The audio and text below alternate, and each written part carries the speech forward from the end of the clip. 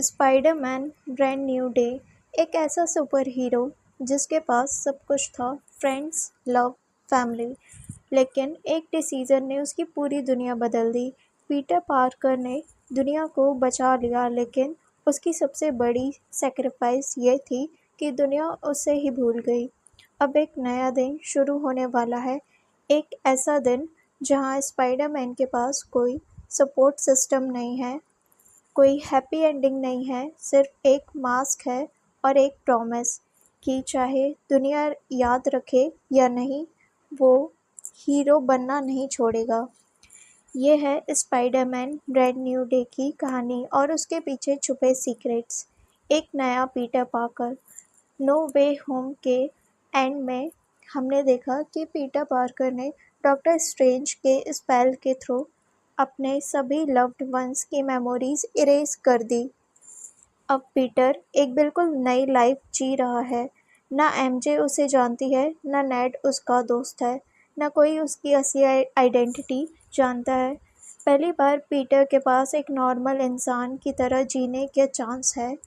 लेकिन प्रॉब्लम यह है कि पीटर पार्कर कभी नॉर्मल रह ही नहीं सकता। उसके अंदर वो रिस्पॉन्सिबिलिटी है जो अंकल बेन की डेथ के बाद उसकी आइडेंटिटी बन गई। With great powers comes great responsibility. और अब जब उसके पास कुछ भी नहीं बचा, तब देखना इंटरेस्टिंग होगा कि स्पाइडरमैन बनना चूज़ करता है या नहीं।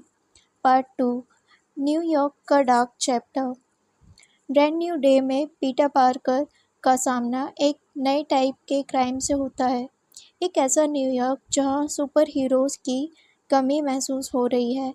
एवेंजर्स के इवेंट्स के बाद दुनिया बदल चुकी है। लोग हीरोज़ को अप्रिशिएट भी करते हैं और उनसे डरते भी हैं। पीटर को अब एक एक्सपीरियंस्ड हीरो की तरह नहीं, बल्कि एक यंग फाइटर की तरह स्ट्रगल करना पड़ेगा।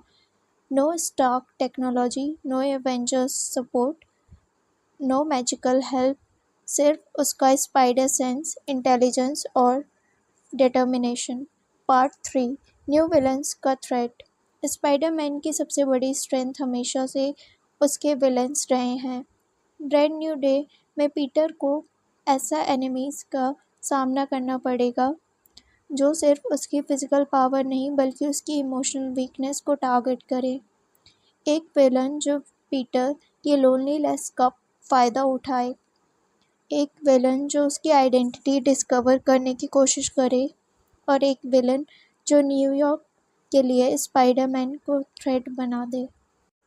स्पाइडरमैन के विलन अक्सर पीटर पार्कर की पर्सनल लाइफ से जुड़े होते हैं और इसी वजह से हर फाइट सिर्फ पंचेस की नहीं होती, वो पीटर के इमोशंस की फ़ाइट होती है।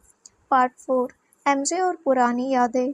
सबसे बड़ा इमोशनल क्वेश्चन ये है, क्या एमजे और पीटर का कनेक्शन दोबारा बनेगा? क्या मेमोरीज इरेज होने के बाद भी फीलिंग्स वापस आ सकती है? स्पाइडरमैन की स्टोरीज में एक कॉमन थीम है। पीटर पार्कर लोगों को बचाने के लिए खुद सेक्रीफाइस करता है, लेकिन हर सेक्रीफाइस की एक प्राइस होती है।